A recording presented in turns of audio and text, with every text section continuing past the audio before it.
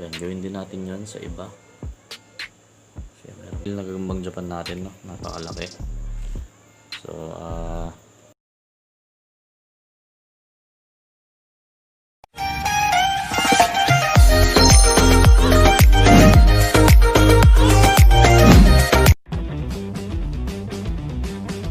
So yun, no, sub sa inyo mga kaji. So binanggit ko naman kung anong gagawin natin ngayon. So madilim pa mga kaji. So yan, anong oras pa lang ba? So it's 4 AM. So andito yung mga gagamba natin. Yan, alagay sila dito. So, nakikita nyo na rin kung ano man yung set natin dyan. And ito yung mga log nung mga nakuha natin sa bukid, no? Napakadami. Yan yung nakikita nyo. So ang gusto kong gawin ngayon, kasi bago kagabi kumuha kami ng mga tubi ulit. So sa mga subscriber naman natin dyan, nasabi nyo huwag yung tutubi, kaso yun nga, wala tayong ibang means kung ano yung papakain natin, kasi mas mahirap kumuha ng cricket, lalo na yung lots, kasi hindi ito tulad ng Manila na may nagkukulture ng mga ipis. So ang atin dito kung ano yung available, yun yung papakain natin. And sa maniwala mga isa, hindi, yung tutubi dito is napakadami mga kaji. Sa palayan lang di kami naabot ng ilang minuto. So napupuno na namin yung lalagyan namin na yan. And bungad lang yung mga kaji, kasi nga sabi ko sa inyo, ano ngayon, tigtanim ngayon. So umpisa na natin, pakita ko na sa inyo sa likod. So babak-camera ko na to, gusto kong pakita sa inyo paano ako magpakain ng Gagambang Japan. And gaano sila aggressive, sa gaano sila kaganda tignan pag kumakain sila. Hindi sila tulad ng ibang gagamba na medyo maselan sila magposin, lalo pa mas malaki na sila. Pero yung senses nila masyadong mataas, so kahit malayo pa yung pagkain. So titignan ko kung gagana ngayon dito, kasi hindi pa ganun kalaki yung Gagambang Japan natin. Pero na isang way na rin to para mapakita ko sa inyo kung paano ko siya ginagawa. So tara, samahan nyo ako. So yan mga adji, samahan nyo ako, pakita ko sa inyo. So una ito yung mga tutubi natin. So nandyan sila. Ito may malaki-laki. So gusto kong unang pakainin is yung nandun sa, ano mo natin galawin to, dyan muna yan. So gusto kong pakita sa inyo is yung nandito sa may kulay pula. So nilagay ko sila dito, no, kasi mas gusto ko to, mas compact, madali ko silang nakaasikaso. So saan yung pinakain ko kanina dito? Ito ata yung pinakain natin kanina. So yan sila, no, yung mga Gagambang Japan natin. Ito, hindi ko pa alam, sabi ni Tech Ray, so si Tech Ray yung nag-supply sa atin ng Gagambang Japan, no. So medyo maswerte tayo kasi second to the last na nagagamba pala to, Gagambang Japan. So ito yung 4 nandito, and yung 3 naman nandito. So sila, no, yan. Subukan natin kumuha ng tutubi, and ibibigay ko lang. Yan na nakuha, pili natin. So ito siya. So ito, no.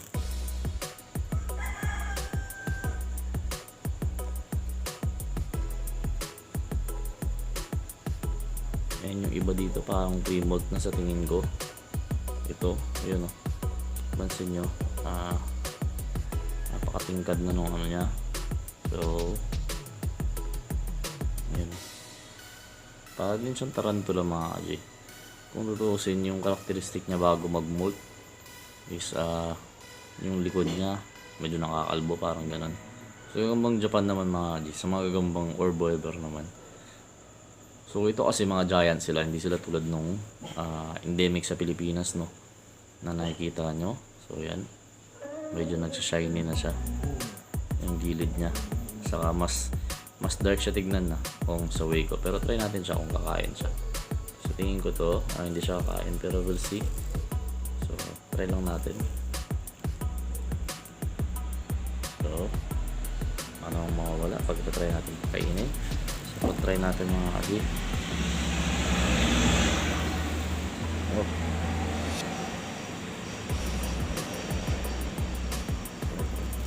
Ayan. So grabe no, di na kumalang bigla. So ganun lang. Ito yung pinapakain ko kasi at least makukuha nila yung dapat nilang makuha, sustansya sa tutubi. So yan, sinaputan niya na, and ibabalik ko na siya doon sa lalagyan niya. So ganun lang kasimple, no? Yan siya. So pag kinagat niya ulit yan, babalik na natin siya. And ganoon din yung gagawin ko dun sa mga kasama niya. Pakainin natin. Kasi last time na pinakain ko sila is 3 days na ata.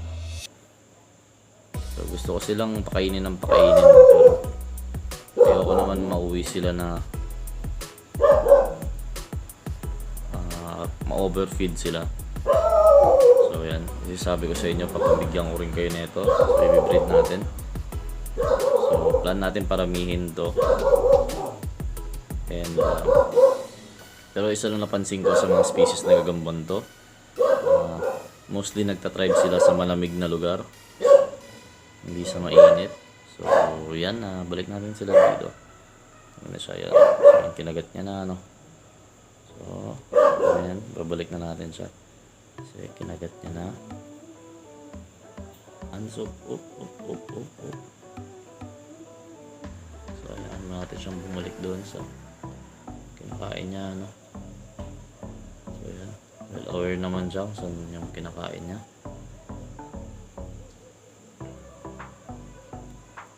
So yan, gawin din natin yun sa iba. So yan, meron pa tayong dapat hindi na papakain. So try natin.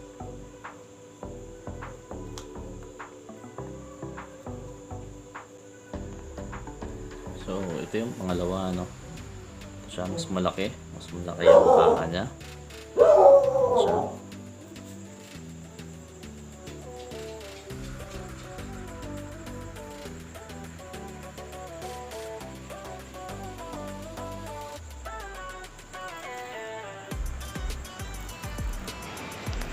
So hindi nakakaalam mga adyo, no. Yung Gagambang Japan, mahirap sila pakainin ng ganito. So ginagawa lang namin ay iniiwan lang yung pagkain nila. Kaya sinadya akong madaling araw kasi nga ganoon nga yung Gagambang Japan. So hindi sila basta-basta kakain unless talagang oras ng pagkain nila. So hindi nila basta-basta ginagalaw yung mga binibigay, no. So first time ko lang ginawa din to. Binigyan ko sila ng ganito. Sa anong last time nung may malalaki tayong gagamba. So ganyan yung ginagawa ko, no. Pag gusto ko silang pakainin na makita ko lang, so sinasadya ko talagang madaling araw. So yan, napakain ko na yung 4 dito, no. So yun, tabi ko na to. Takpan natin siya. Malabas yung Japan. Gawin ko naman ngayon, gusto kong palakihin yung katawan na itong male. So yun yung male, nakikita nyo sa likod. So try natin siya kung kakain siya. So ito na yung male na Gagambang Japan natin, no? Napakalaki. So ang bilis kasi nung pagmumolt niya. Hindi ko alam kung kukontrolin ko siya, papalakihin ko siya. So pero sa tingin ko mas gusto ko siya ng malaki. Kasi hindi ko lang kung magmumolt pa siya ulit. Kasi ginawa ko lang naman sa kanila, pinakain. So tatry natin. Try natin mga kadyo, no? Pakainin ko ulit siya. So baka kasi magmolt pa siya. So pagkakalam ko lang din kasi, nahawakan ko lang din dati is ito na yung pinakamalaki. Or ito yung pinakamalaki na nahawakan ko na male. So no idea ko kung lalaki pa to. Pero we can try. So natin siyang bigyan ng malaki-laking pagkain kasi malaki siya. Laki masyado, no. Tignan natin kung paano natin papakainin. Kasi tiyak to, malaki to, no. Ayan, no. Oh, malaki. So try natin. Talagang natanggalan ko na rin siya ng pakpak. So try natin mga adyo paano napakainin, kung kakayanin yan. So kanina kasi kumain na to siya, pero napakaliit ng kinain niya. Yan, no. Yan, tubi lang din yan, kinain na kanina. So yun yung tira. So So try natin mga ate kung ano magiging reaction niya. So hindi natin alam kung kakayanin niya itong ganito kalaki. Baka ayawan niya kasi sobrang laki, pero hindi natin alam.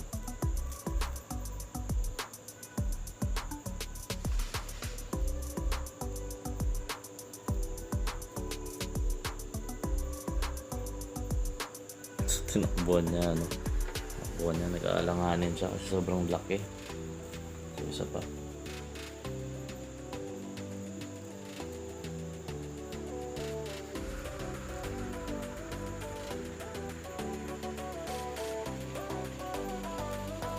So siguro naglalakyan siya.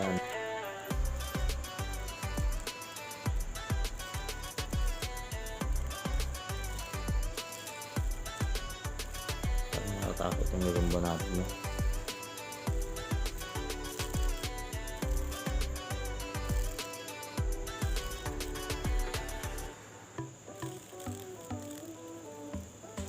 Takot siya.